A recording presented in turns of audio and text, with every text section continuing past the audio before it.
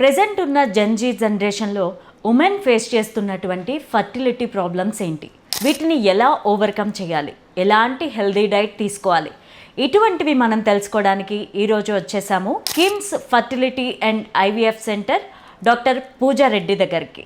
ఈ మిస్క్యారేజెస్లో మెన్ పాత్ర ఏమన్నా ఉంటుందంటారా? It affects men more than women. Smoke చేస్తున్నారు అండ్ లేడీస్ డ్రింక్ చేస్తున్నారు. తొందరగా పెళ్లి చేసుకుని తొందరగా పిల్లల్ని కనే వీలుంటే అసలు ఎగ్ ఫ్రీజింగ్ అంటే ఏంటి, అబ్డోమెన్ పైన కట్స్ అవి ఏముండవు. అసలు ఐవీఎఫ్ చేయించుకోవచ్చా? Main reason for irregular periods in Gen Zs, period టైంలో గర్ల్స్ చాలా మంది పెయిన్ కిల్లర్స్ వాడుతూ ఉంటారు. చిన్న ఏజ్లోనే ఎగ్స్ అయిపోయిన వాళ్ళు ఇంకొక వెరైటీ. ఫర్టిలిటీలో age is everything. Hello doctor గారు. హలో అండి, ఎలా ఉన్నారు? గుడ్, మీరు ఎలా ఉన్నారు? I'm good, thank you. ఈ రోజుల్లో జెన్జీ కిడ్స్ ఎవరైతే ఉన్నారో వాళ్ళకి ఎక్కువగా పీరియడ్కి సంబంధించిన ఇష్యూస్ వస్తున్నాయి. ఎందుకని అంటారు? Main reason for irregular periods in Gen Z's life style అండి. ప్రాపర్ డైట్ తీసుకోకపోవడం, too much intake of processed foods, junk food, sodas, carbonated drinks, too much sugary content ఉన్న డ్రింక్స్ తీసుకోవడము, and less consumption of fruits and vegetables, irregular eating habits. అర్ధరాత్రి ఎప్పుడో తిని early morning పడుకొని మళ్ళీ next day లేసి next day మధ్యాహ్నం will be there first meal. ఇలా తినడం వల్ల ఏంటంటే హార్మోన్స్ అనేది ఇంబ్యాలెన్స్ అవ్వచ్చు, సైకిల్ అంతా డిస్టర్బ్ అవ్వచ్చు, స్లీప్ సైకిల్ డిస్టర్బ్ అయిపోతుంది, దాంతోపాటు మెన్స్ట్రువల్ సైకిల్ కూడా ఇర్రెగ్యులర్ అవ్వచ్చు. అది కాకుండా ప్లాస్టిక్స్ ఒక main reason for irregular cycles. Too much usage of plastic, storage containers plastic, water bottles plastic, వేడివేడి ఫుడ్ని ప్లాస్టిక్ బాక్సెస్లో ప్యాక్ చేసుకొని తీసుకెళ్తారు ఫ్యాన్సీ కంటైనర్స్లో. అండ్ బయట నుంచి ఫుడ్ ఆర్డర్ చేసుకున్నా కూడా hot food is packed in plastic containers. వీటన్నిటి వల్ల ఏంటంటే ఎండోక్రైన్ డిస్రప్టింగ్ కెమికల్స్ పర్సంటేజ్ అనేది ఇంక్రీజ్ అవుతూ ఉంటుంది బాడీలో. దానివల్ల హార్మోనల్ ఇంబ్యాలెన్సెస్ వచ్చేస్తాయి. మనం వాడే కాస్మెటిక్స్లో, మనం వాడే మేకప్ ప్రోడక్ట్స్లో, ఫ్లోర్ క్లీనర్స్లో, soaps, perfumes, sprays, room fresheners, బట్టలకి వాడే ఫ్యాబ్రిక్ కండిషనర్స్లో కూడా ఎండోక్రైన్ డిస్రప్టింగ్ కెమికల్స్ ఉంటాయి. సో వీటన్నిటి వల్ల మనకి పీరియడ్స్ అనేవి ఇర్రెగ్యులర్ అవుతున్నాయి. అదే కాకుండా ఇర్రెగ్యులర్ స్లీపింగ్ ప్యాటర్న్. మనం ఏంటి, దేవుడు మనల్ని ఎలా తయారు చేశాడు అంటే 5 o'clock 6 o'clock సన్సెట్ అయితే మనం 8 o'clock అలా పడుకుంటే మిడ్ నైట్ అరౌండ్ 2 o'clockకి మనకి నైట్ హార్మోన్ ప్రొడక్షన్ అనేది స్టార్ట్ అవుతుంది. మనం 12-1 గంట వరకు ఫోన్ చూసుకుంటా, ఇన్స్టాగ్రామ్ చూసుకుంటా, ఫేస్బుక్ చూసుకుంటా టైంపాస్ చేసి 2-3 పడుకుంటే బ్రెయిన్ చీకటి అయింది అని రియలైజ్ అయ్యే వరకు ఎర్లీ మార్నింగ్ అయిపోతుంది, బయట న్యాచురల్ సన్లైట్ అనేది వచ్చేస్తుంది. So technically night hormone production would have never happened. Blue light filter on చేసి ఫోన్లో బ్రెయిన్ని చీట్ చేయలేం. So because of irregular sleeping habits and bad eating habits and lack of exercise ఏం చేయకుండా రోజంతా అలా సెల్ ఫోన్ పట్టుకొని కూర్చుంటే ఆబ్వియస్లీ హార్మోనల్ ఇంబ్యాలెన్సెస్ వస్తాయి. దానివల్లే ఇర్రెగ్యులర్ పీరియడ్స్. అలాగే డాక్టర్ గారు, చాలామంది ఇప్పుడు ల్యాప్టాప్స్ కానీ స్క్రీన్స్ కానీ మొబైల్స్ ఎక్కువ యూజ్ చేస్తున్నారు. దానివల్ల రేడియేషన్ వస్తుంది. ఆ రేడియేషన్ వల్ల ఫెర్టిలిటీ మీద కానీ లేకపోతే పీరియడ్స్ మీద కానీ ఇంపాక్ట్ ఏ విధంగా ఉంటుంది? డెఫినెట్లీ ల్యాప్టాప్స్, సెల్ ఫోన్స్లోంచి వచ్చే రేడియేషన్ వల్ల ఫర్టిలిటీ అనేది ఎఫెక్ట్ అవుతుందండి. It affects men more than women. Sperm counts తగ్గిపోవడానికి ఒక మెయిన్ రీజన్ పాకెట్స్లో సెల్ ఫోన్స్ వేసుకొని తిరగడం, ఒళ్ళో ల్యాప్టాప్ పెట్టుకొని పనిచేయడం. చాలామంది ఏంటంటే 2 జేబులలో 2 సెల్ ఫోన్స్ పెట్టుకొని తిరుగుతూ ఉంటారు త్రూ అవుట్ ద డే. దానివల్ల ఏంటంటే స్పర్మ్ కౌంట్ అనేది డెఫినెట్లీ డ్రాప్ అవ్వచ్చు అండ్ కదిలే కణాల శాతం కూడా తగ్గొచ్చు అండ్ నార్మల్ ఫార్మ్స్ కూడా తక్కువ ఉండొచ్చు because of excessive cell phone usage and continuous exposure to radiation from laptop on the lap. So వీలైనంత వరకు పాకెట్లో సెల్ ఫోన్స్ వేసుకోవద్దు, ల్యాప్టాప్ కూడా ఒళ్ళో పెట్టుకొని పని చేయొద్దు, సపరేట్ డెస్క్ పైన పెట్టుకోండి. సెల్ ఫోన్స్ కూడా try to keep them away from your body. Doctor గారు, మీ సర్వీస్లో మీరు ఎక్కువగా ఉమెన్లో ప్రాబ్లమాటిక్గా చూసిన కేసెస్ ఏంటి? మనకి ఫర్టిలిటీ ట్రీట్మెంట్స్లో యూజువల్గా ట్రీట్ చేయడానికి కష్టంగా ఉండే కేసులు, ఎక్కువ కనిపించే కేసులు అంటే ఒకటి పీసీఓడి అండి. Severe PCOD, resistant PCOD, not responding to usual medication, అది ఒక వెరైటీ. నెక్స్ట్ ఏంటంటే చిన్న ఏజ్లోనే ఎగ్స్ అయిపోయిన వాళ్ళు ఇంకొక వెరైటీ. హెల్దీగా లైఫ్ స్టైల్ మూవ్ అవ్వాలి, హెల్దీగా ఉండాలి ఒక ఉమెన్ అంటే ఎలాంటి టిప్స్ ఫాలో అవుతూ ఉండాలి? వెయిట్ కంట్రోల్లో ఉండాలండి. ఎక్సెసివ్గా వెయిట్ గెయిన్ అవ్వకుండా చూసుకోవాలి. And keep a check on what you eat. Outside food, junk food, బాగా ప్రాసెస్డ్ ఫుడ్స్ అంటే anything packed is bad for you. Be it chips, be it biscuits, be it chocolates, be it sodas, anything that is packed is bad for you. Reduce sugar consumption, increase fruits and vegetables consumption and have lots of water and make sure you exercise everyday. ఏదో ఒక form of exercise ఖచ్చితంగా ఉండాలి. ఇంటి పనన్నా చెయ్యాలి, లేదా బయటికి వెళ్ళి exercise అన్నా చెయ్యాలి. ఈ రెండిట్లో ఏదో ఒకటి చెయ్యాలి. చాలామంది ఏంటంటే ఎదిగే వయసు కదా, పెళ్ళైన తర్వాత ఎలాగో కష్టపడతారు కదా, ఇప్పటి నుంచి ఎందుకు చెయ్యాలి అని ఒక 30 yearsకి పెళ్లి చేసుకున్నారనుకోండి. ఫస్ట్ 30 years ఎలాంటి ఫిజికల్ యాక్టివిటీ లేకుండా, ఇంటి పని చేయకుండా, బయటికి వెళ్ళి ఎక్సర్సైజ్ చేయకుండా, ఒక స్పోర్టు ఆడకుండా, జీరో ఫిజికల్ యాక్టివిటీతో అలాగే ఉండిపోతారనమాట. సో అది కరెక్ట్ కాదు. You should be physically active throughout the day. Some form of calorie burning has to be there every day. Next ఏంటంటే చిన్న ఏజ్లో పీరియడ్స్ ఆగిపోవడం, లేకపోతే చిన్న ఏజ్లో ఉన్న ఎగ్స్ అన్నీ అయిపోవడం అనేది ఒక కామన్ ప్రాబ్లం. ఈ మధ్య we are seeing more of those kind of cases. మామూలుగా ఏంటంటే మనకు పుట్టినప్పుడు చాలా ఎగ్స్ ఉంటాయి. సంవత్సరాలు గడిచే కొద్దీ ఎగ్స్ అనేవి తగ్గుతూ వస్తాయి. 40 years తర్వాత మనకున్న ఎగ్స్ మొత్తం అయిపోయి మనకి మెనోపాజ్ వచ్చేయాలి. It can happen at 40 or 45 or 50 depending on మన జీన్స్ ఏంటి, మన జెనెటిక్స్ ఎలా ఉన్నాయి, మదర్కి కానీ, పిన్నులకి, పెద్దమ్మలకి, మేనత్తలకి ఏ ఏజ్లో పీరియడ్స్ ఆగిపోయాయి అనే దాన్ని బట్టి మనకి ఎప్పుడు మెనోపాజ్ వస్తుంది అనేది కూడా కొంతవరకు డిటర్మైన్ అవుతుంది అనమాట. మారుతున్న లైఫ్ స్టైల్ వల్ల, ఇంక్రీజింగ్ ఫుడ్ అడల్ట్రేషన్ వల్ల, ఇంక్రీజింగ్ ఎక్స్పోజర్ టు పొల్యూషన్ వల్ల, ఆర్ చాలా స్ట్రెస్ఫుల్ లైఫ్ అయిపోవడం వల్ల తొందరగా ఎగ్స్ అయిపోవడం అనేది జరుగుతుందన్నమాట. సో మీరు కనుక తొందరగా పెళ్లి చేసుకొని తొందరగా పిల్లల్ని కనే వీలుంటే please do it when you're in your 20s. లేదు ఎడ్యుకేషన్ వల్ల, లేకపోతే కెరియర్ వల్ల, లేకపోతే పర్సనల్ రీజన్స్ వల్ల, లేకపోతే రెస్పాన్సిబిలిటీస్ వల్ల మీరు తొందరగా పెళ్లి చేసుకొని తొందరగా పిల్లల్ని కనలేని పరిస్థితి అయితే టైం టు టైం డాక్టర్ దగ్గరికి వెళ్ళి చెక్ చేసుకోండి. సింపుల్ అల్ట్రాసౌండ్, ఇంకా ఏఎంహెచ్ అనే బ్లడ్ టెస్ట్ చేస్తే మనకి ఎన్ని ఎగ్స్ ఉన్నాయి, మన రిజర్వ్ ఎలా ఉంది, వెయిట్ చేయొచ్చా, వెయిట్ చేయకూడదా అనే క్లారిటీ మీకు వస్తుంది. సో మీకు ఏం ప్రాబ్లమ్స్ లేకపోతే మీరు వెయిట్ చేయొచ్చు. ఒకవేళ స్కాన్లో కానీ ఏఎంహెచ్లో కానీ మీ ఎగ్స్ తగ్గుతున్నాయి అనిపించింది అనుకోండి, మీరు వెంటనే ఆప్షన్స్ ఏంటి అనేది మీ డాక్టర్తో డిస్కస్ చేసి how to take it forward అనేది డిసైడ్ చేసుకోవచ్చు. డాక్టర్ గారు, రీసెంట్ డేస్లో చాలామంది ప్యాషన్ అనుకోవచ్చా, ఇంకేదన్నా అనుకోవచ్చు, స్మోక్ చేస్తున్నారు అండ్ లేడీస్ డ్రింక్ చేస్తున్నారు. ఇలా చేయడం వల్ల ఫర్టిలిటీలో వాళ్ళకు వచ్చే ఇష్యూస్ ఏంటి? ఈ మధ్య ఎలా అయిపోయిందంటే రోడ్డు మీద వెళ్తుంటే అబ్బాయిలు ఎంతమంది కనిపిస్తున్నారో స్మోక్ చేసుకుంటూ, అమ్మాయిలు కూడా అంతే మంది కనిపిస్తున్నారు. స్మోకింగ్ వల్ల ఏంటంటే eggs quality wise, quantity wise చాలా ఫాస్ట్గా తగ్గిపోతాయి. Same thing with sperms also. Sperms అయినా కూడా quality wise and quantity wise ఫాస్ట్గా డిటీరియేట్ అవుతాయి వెన్ యూ స్మోక్. కాకపోతే ఎగ్స్ ఏంటంటే తక్కువ ఉంటాయి. దేవుడు మనల్ని అలా తయారు చేశాడు. ఎంత మంచి రిజర్వ్ ఉన్న వాళ్ళకైనా మనం స్కాన్ చేసి చూస్తే every month right side 10 to 12 eggs, left side 10 to 12 ఎగ్సే ఉంటాయి. కానీ స్పర్మ్స్ అలా కాదు, కొన్ని కోట్లల్లో ఉంటాయి అన్నమాట. సో స్మోకింగ్ వల్ల కొంతవరకు డ్యామేజ్ అయినా మనకి నంబర్స్ చాలా ఉంటాయి కాబట్టి you still have normal sperms. కానీ ఎగ్స్ అలా కాదు, ఉండేవే కొన్ని కదా.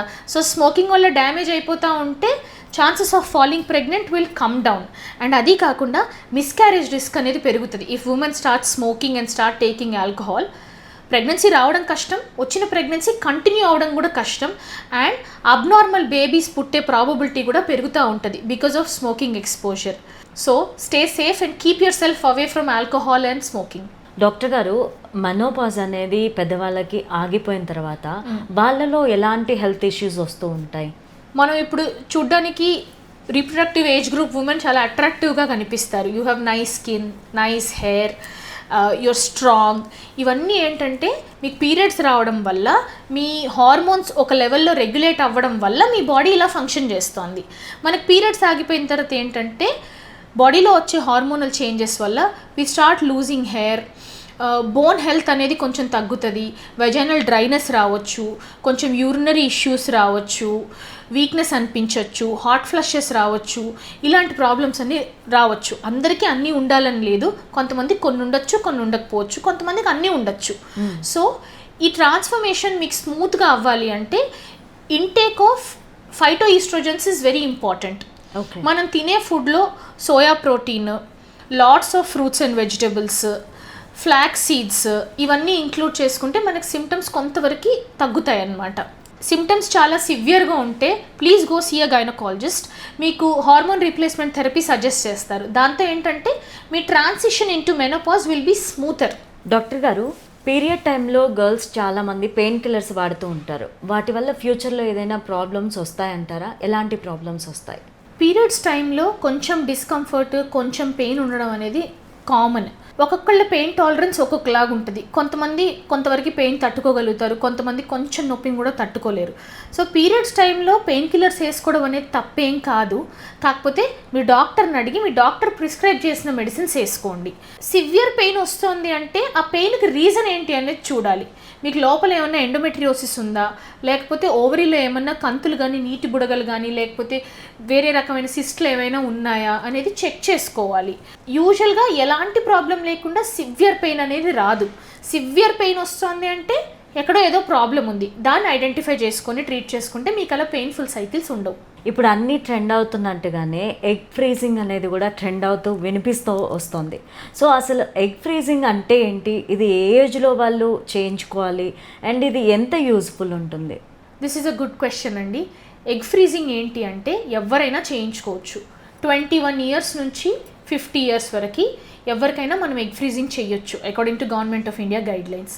కానీ లేట్గా చేసుకుంటే ఏంటంటే మనకి అలాంటి ఎగ్స్లోంచి సక్సెస్ఫుల్గా బేబీస్ డెలివరీ అయ్యేదానికి ఛాన్సెస్ తగ్గిపోతాయి అన్నమాట.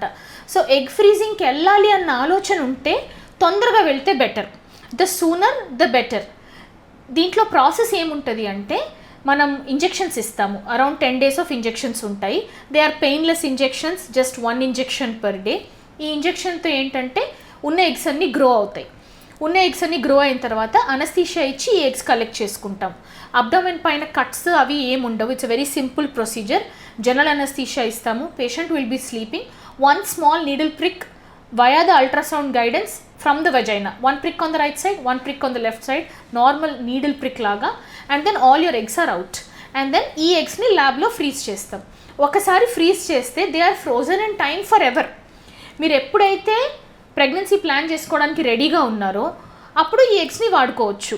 It can be 5 years, 10 years, 15 years, 20 years అయినా కూడా స్టోర్ చేసుకోవచ్చు మనం ఈ ఎగ్స్ని. If you are unmarried, egg freezing is an option for you. If you are married, you can always go for embryo freezing. Embryo freezing ఏంటంటే ఎగ్లోకి sperm inject చేసి మనం బేబీ రెడీ చేసి ఫ్రీజ్ చేస్తాం. మనకి ఎప్పుడు కావాలంటే అప్పుడు దాన్ని ట్రాన్స్ఫర్ చేసుకోవచ్చు. ఓకే. సో డాక్టర్ గారు, ఇప్పుడు చాలామంది ఈ జనరేషన్లో ఫాస్ట్గా ఉన్నారు అండ్ ఏజ్ తక్కువప్పుడే ఇంటిమసీకి వెళ్ళిపోతున్నారు. సో దానివల్ల ఉమెన్లో ఎలాంటి ఇష్యూస్ వస్తాయి? ఆఫ్టర్ మ్యారేజ్ కానీ, ప్రెగ్నెన్సీ టైంలో కానీ ఎర్లీగా ఇంటిమసీ అవ్వడం వల్ల ఎలాంటి ఇష్యూస్ ఫేస్ చేయాల్సి వస్తుంది? Early onset of sexual activity వల్ల ఏంటంటే first thing is risk of sexually transmitted diseases. Always practice safe sex. Without condom do not go for any kind of sexual activity. Next ఏంటంటే more of mental issues. If you're seeing multiple people and if you're into unstable relationships, obviously it takes a toll on your mental health. So ఈ రెండు చూసుకోవాలి if you're starting sexual activity early in your life. And సందర్భం వచ్చింది కాబట్టి చెప్తున్నాను, please make sure all of you go for HPV vaccination. అమ్మాయిలైనా తీసుకోవచ్చు, అబ్బాయిలైనా తీసుకోవచ్చు, ఇద్దరు తీసుకోవాలి. So before the onset of sexual activity మీరు కనుక HPV వ్యాక్సినేషన్ తీసుకున్నట్టయితే సర్వైకల్ క్యాన్సర్ నుంచి, ఏనల్ క్యాన్సర్స్ నుంచి, పీనైల్ క్యాన్సర్స్ నుంచి మీకు ప్రొటెక్షన్ వస్తుంది. డాక్టర్ గారు, ప్రెగ్నెన్సీ ప్లాన్ చేసుకునే ఉమెన్ ఏ 2 రకాల టెస్టులు ముఖ్యంగా చేయించుకోవాలి అంటారు? ప్రెగ్నెన్సీ ప్లాన్ చేసుకునే వాళ్ళు AMH అనే simple blood test and ultrasound scan చేయించుకుంటే మీకు ఏమన్నా ఇష్యూస్ ఉంటే వెంటనే తెలిసిపోతాయి. These are the 2 most important tests pregnancy plan చేసుకునేటప్పుడు చేసుకోవాల్సినవి. మీకు వీలుంటే వేరే బేసిక్ బ్లడ్ వర్కప్ కూడా చేయించుకోండి. Like your haemoglobin, me vitamin D ఎలా ఉంది, మీ B12 ఎలా ఉంది, మీ థైరాయిడ్ ఎలా ఉంది, అండ్ మీ ప్రొలాక్టిన్ హార్మోన్ ఎలా ఉంది. ఇవి నార్మల్ ఉన్నాయంటే మీరు హ్యాపీగా ప్రెగ్నెన్సీ ప్లాన్ చేసుకోవచ్చు. వీటిలో ఏమైనా ఇష్యూస్ ఉంటే సింపుల్ మెడికేషన్తో రెక్టిఫై అయిపోతాయి. అన్ని ఫ్యాక్టర్స్ని కరెక్ట్ చేసిన తర్వాత మీరు ప్రెగ్నెన్సీ ప్లాన్ చేసుకుంటే మీకు ప్రెగ్నెన్సీ తొందరగా వస్తుంది. వచ్చిన ప్రెగ్నెన్సీ కూడా స్మూత్గా కంటిన్యూ అవుతుంది. మీరు బాగుంటారు, బేబీ బాగుంటుంది. డాక్టర్ గారు, చాలామందికి IVF గురించి చాలా అపోహలు ఉన్నాయి. అసలు IVF చేయించుకోవచ్చా? IVF బేబీ హెల్దీగా ఉంటుందా నార్మల్ డెలివరీ అయిన బేబీ లాగా అని చాలా అపోహలు ఉన్నాయి. మీరు ఎలా క్లారిఫై చేస్తారు? IVF నిన్న మొన్న వచ్చిన ట్రీట్మెంట్ కాదండి. IVF వచ్చి మనకి 60 years పైన అయిపోయింది. ప్రపంచం మొత్తంలో లక్షల మంది పిల్లలు పుట్టారు via IVF. So IVF is a completely safe treatment. బేబీకి ఎలాంటి ప్రాబ్లమ్స్ ఉండవు. నార్మల్గా న్యాచురల్గా పుట్టే బేబీస్ ఎలా అయితే ఉంటారో IVF బేబీస్ కూడా అలాగే ఉంటారు. ఐవీఎఫ్ మీరు అనుకుంటున్నంత కాంప్లికేటెడ్ ప్రాసెస్ ఏం కాదు. When you choose the right centre and the right doctor, your IVF journey is going to be really smooth. ఒక మధ్యతరగతి మహిళ ఐవీఎఫ్కి రావాలంటే ఫస్ట్ దానికి అయ్యే కాస్ట్ గురించి థింక్ చేస్తూ ఉంటారు. మీరేం చెప్తారు? అసలు ఐవీఎఫ్ ఏ కాస్ట్ నుంచి స్టార్ట్ అవుతుంది, ఏ ప్రైస్ నుంచి? ఫర్టిలిటీ ట్రీట్మెంట్స్ ఏంటంటే అండి, అందరికీ ఒకేలాగా చేయలేము. మనకున్న ప్రాబ్లమ్స్ ఏంటి, మనకి ఎన్ని ఎగ్స్ ఉన్నాయి, ఎన్ని స్పర్మ్స్ ఉన్నాయి, వేరే ప్రాబ్లమ్స్ ఏమన్నా ఉన్నాయా, యూట్రస్లో వేరే ఇష్యూస్ ఏమన్నా ఉన్నాయా, లేకపోతే జెనెటిక్ టెస్ట్ ఏమన్నా అవసరమా, వేరే ఏమన్నా హెల్త్ ఇష్యూస్ ఉన్నాయా, వీటన్నిటిని బట్టి డిజైన్ చేయాలి. అందరికీ ఒకేలాంటి ట్రీట్మెంట్ ఉండదు. మోస్ట్ ఆఫ్ ద హాస్పిటల్స్లో ఏంటంటే IVF will cost you somewhere between 2 to 3 lakhs depending on your problems. So తులం బంగారమే 1,20,000 పెట్టి కొంటున్నాం కదండి. అలాంటిది మనతో లైఫ్ అంతా ఉండే బేబీ కోసం 2-3 లక్షలు I think most of them will be able to spend. Okay. So IVF ట్రీట్మెంట్లో ప్రొసీజర్ ఎక్కువగా ఉంటుంది, టాబ్లెట్స్ ఎక్కువ తీసుకోవాల్సి వస్తుంది, అండ్ నార్మల్ బేబీకి ట్రై చేసిన వాళ్ళు కానీ హెల్త్ని కోల్పోతారు అని చెప్పి అపోహలు అయితే చాలామందికి ఉన్నాయి. సో వాటిని ఎలా క్లారిఫై చేస్తారు మీరు? ఐవీఎఫ్లో మనం ఇచ్చే మెడిసిన్స్ ఏంటంటే అండి, హార్మ్ఫుల్ మెడికేషన్స్ ఏమి ఉండవు. బేసిక్ మల్టీవిటమిన్స్, సప్లిమెంట్స్, అది కాకుండా ప్రొజెస్ట్రాన్, ఈస్ట్రోజన్, హార్మోనల్ మెడికేషన్ ఉంటుంది. ప్రొజెస్ట్రాన్, ఈస్ట్రోజన్, హార్మోనల్ మెడికేషన్ ఏంటంటే అది కంప్లీట్గా ఫారెన్ మెటీరియల్ ఏం కాదు మన బాడీకి. మన బాడీలో ఎంతో కొంత ఈస్ట్రోజన్, ప్రొజెస్ట్రాన్ ప్రొడ్యూస్ అవుతానే ఉంటుంది. లోపల ప్రొడ్యూస్ అయ్యే దాంతో పాటు మనం బయట నుంచి కొంచెం ఎక్స్ట్రా ఇస్తున్నాం అంతే. సో ఐవీఎఫ్కి వెళ్ళే వాళ్ళు లావ్ అవుతారు అని అందరూ అనుకుంటారు కదా, అదేంటంటే ఐవీఎఫ్ వల్ల అవ్వరండి. మేము నార్మల్గా ఉండొచ్చు అని చెప్పినా కూడా చాలామంది ఏంటంటే మేము ఐవీఎఫ్కి వెళ్తున్నామని కంప్లీట్గా వాళ్ళంతా వాళ్ళు రెస్ట్ తీసుకోవడము, ఏ పని చేయకుండా ఉండిపోవడము, ఇలాంటివన్నీ చేయడం వల్ల లావ్ అవుతారు. అండ్ ప్రెగ్నెన్సీ వచ్చిన తర్వాత కూడా తీసుకునే ఫుడ్ క్వాంటిటీ కంటే క్వాలిటీ మోర్ ఇంపార్టెంట్. సో ఎక్కువ అన్నం కానీ ఎక్కువ కార్బోహైడ్రేట్ ఫుడ్ కానీ తీసుకోవద్దని చెప్తాం.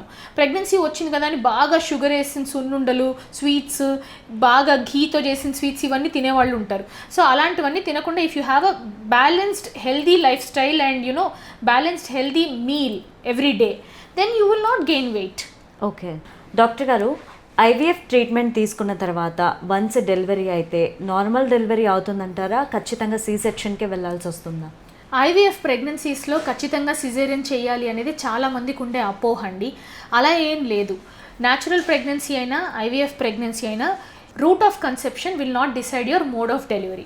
మీకు ప్రెగ్నెన్సీలో ఎలాంటి కాంప్లికేషన్స్ లేకపోతే, బేబీ వెయిట్ బాగుంది, దారి బాగుంది, ఉమ్మునీరు బాగుంది, మీకు వేరే హెల్త్ ఇష్యూస్ ఏం లేవు, బీపీ షూటప్ అవ్వట్లేదు, అలాంటి ప్రాబ్లమ్స్ ఏం లేవు అంటే మీరు హ్యాపీగా నార్మల్ డెలివరీ ట్రై చేయొచ్చు ఐవీఎఫ్ అయినా కూడా. ఎక్కువ మంది ఉమెన్కి మిస్క్యారేజెస్ అవుతూ ఉంటాయి. ఈ మిస్క్యారేజెస్లో మెన్ పాత్ర ఏమన్నా ఉంటుందంటారా? This is a good question అండి. ప్రెగ్నెన్సీ కంటిన్యూ అవ్వకపోవడానికి ఆడవాళ్ళ కంటే మగవాళ్ళ పాత్రే ఎక్కువ ఉంటుంది.